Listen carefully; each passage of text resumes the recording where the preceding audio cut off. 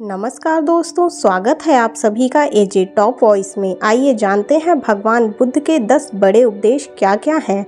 Number 1, दूसरों का बुरा ना करें। अपनी प्राण रक्षा के लिए भी जानबूझकर किसी प्राणी का वध न करें। जहां मन हिंसा से मुड़ता है वहां दुख अवश्य ही शांत हो जाता है।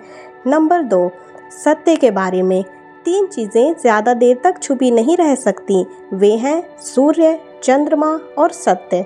जिस तरह सूर्य रोज प्रत्यक्ष दिखाई देता है, चंद्रमा भी दिखाई देता है, उसी तरह सत्य कभी न कभी सामने आ ही जाता है। अतः असत्य को अपने आचरण में न उतारें, उससे दूर रहने में ही मनुष्य की भलाई है। नंबर 3, जीवन का उद्देश्य सही रखें। जीवन में किसी उद्देश्य या लक्ष्य तक पहुंचने से ज़्यादा महत्वपूर्ण उस यात्रा को अच्छे से संपन्न करना होता है। नंबर 4, प्रेम का मार्ग अपनाएं। बुराई से बुराई कभी खत्म नहीं होती। घृणा को तो केवल प्रेम द्वारा ही समाप्त किया जा सकता है, यह एक अटूट सत्य है। नंबर 5, खुद जैसा औरों को समझना। जैसा मैं हूँ वैसे ही वे हैं, और जैसे वे हैं वैसा ही मैं हूँ।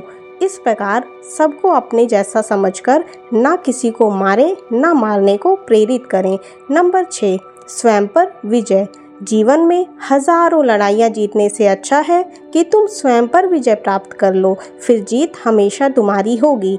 इसे तुमसे कोई नहीं छीन सकता। नंबर 7, दूसरों को सुख दें। मनुष्य यह विचार किया करता है कि मुझे जीने की इच्छा है, मरने की नहीं। सुख की इच्छा है, दुख की नहीं।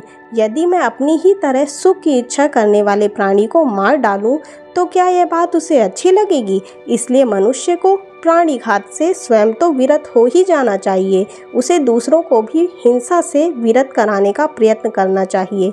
नंबर 8, बैर भावना रखें। वैरियों के प्रति वैर रहित होकर आहा हम कैसा आनंदमय जीवन व्यतीत कर रहे हैं, वैरी मनुष्यों के बीच अवैरी होकर विहार कर रहे हैं। नंबर 9, पशु हिंसा से बचें। पहले 3 ही रोग थे, इच्छा, क्षुधा और बुढ़ापा।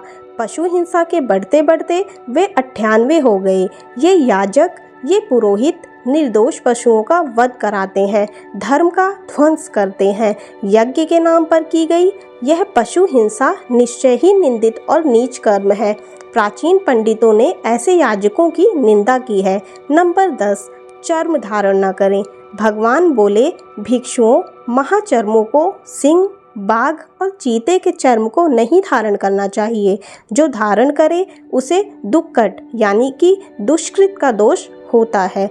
तो दोस्तों, ये जानकारी आपको कैसी लगी आप सभी हमें कमेंट में लिख सकते हैं, और ऐसी ही और जानकारियों के लिए चैनल को सब्सक्राइब करना बिल्कुल मत भूलिएगा। धन्यवाद।